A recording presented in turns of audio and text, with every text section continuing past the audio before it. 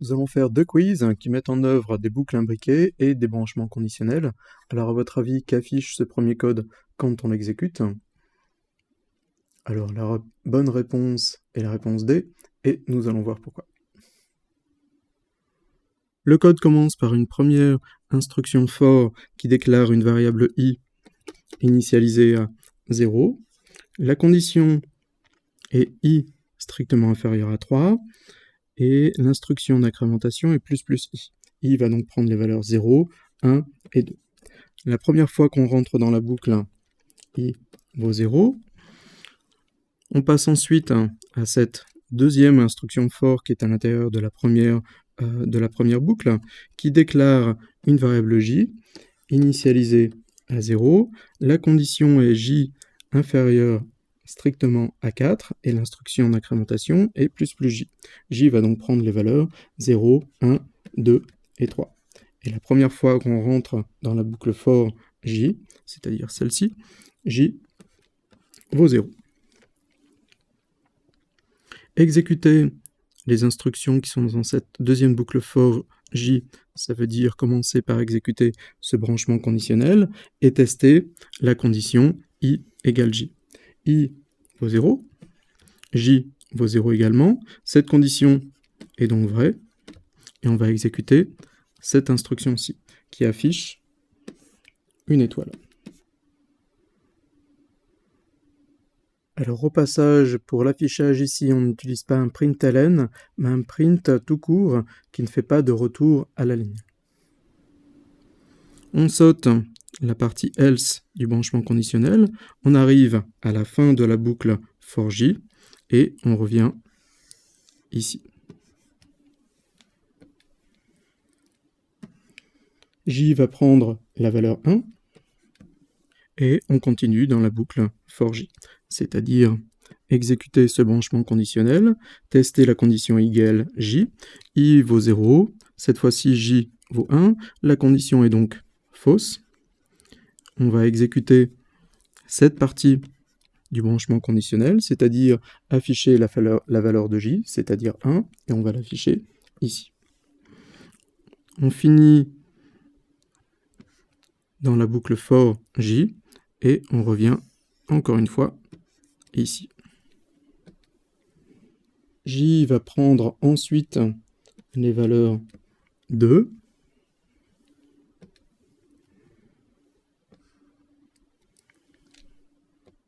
et on va afficher 2, ensuite la valeur 3,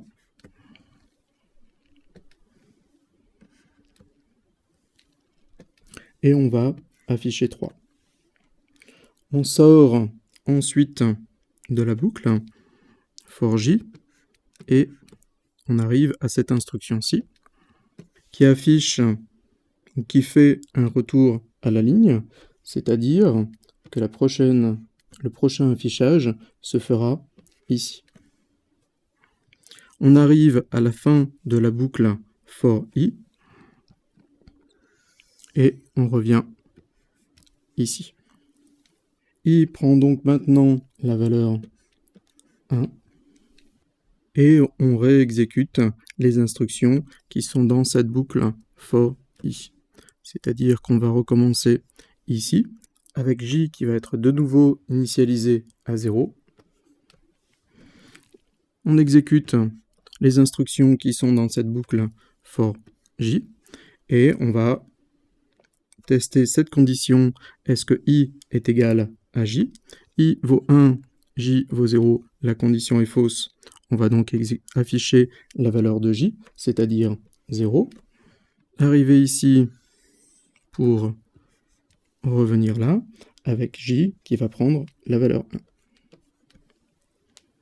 1. On continue dans la boucle for j pour exécuter ce branchement conditionnel et tester la condition i égale j. Cette fois-ci, i vaut 1 et j vaut 1 également, donc la condition est vraie. Et on va exécuter cette partie-ci du branchement conditionnel, c'est-à-dire afficher une étoile. On va revenir ici, continuer dans la boucle for j, et je vous laisse voir que on aura bien affiché au final cette chose-ci. Ce deuxième quiz est un petit peu plus difficile. Notez bien qu'on utilise ici la valeur de la variable i qui aura été déclarée dans la première boucle for. Donc à votre avis, quelle est la bonne réponse? La bonne réponse est la réponse A, et nous allons détailler pourquoi. Comme avant, la première boucle for initialise une variable i à 0, la condition est i strictement inférieure à 3, et l'instruction d'incrémentation est ++ i.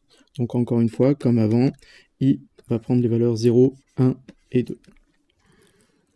On commence par entrer dans la boucle for i avec i qui vaut 0, et on exécute cette instruction-ci, qui est une deuxième boucle for, qui initialise une variable j à 0, et la condition est j strictement inférieur à i. I vaut 0, j vaut 0 également. Donc cette condition est fausse. Et on sort tout de suite donc de cette boucle for pour arriver ici. Et arriver ici, ça veut simplement dire qu'on fait un retour à la ligne que je vais représenter de cette façon-ci. Et on revient à cette instruction-ci. I va donc maintenant prendre la valeur 1. J va être initialisé à 0. La condition est maintenant J strictement inférieur à I qui vaut 1. Donc J va prendre les valeurs, ou plus exactement la valeur 0. Et on va s'arrêter tout de suite de la boucle.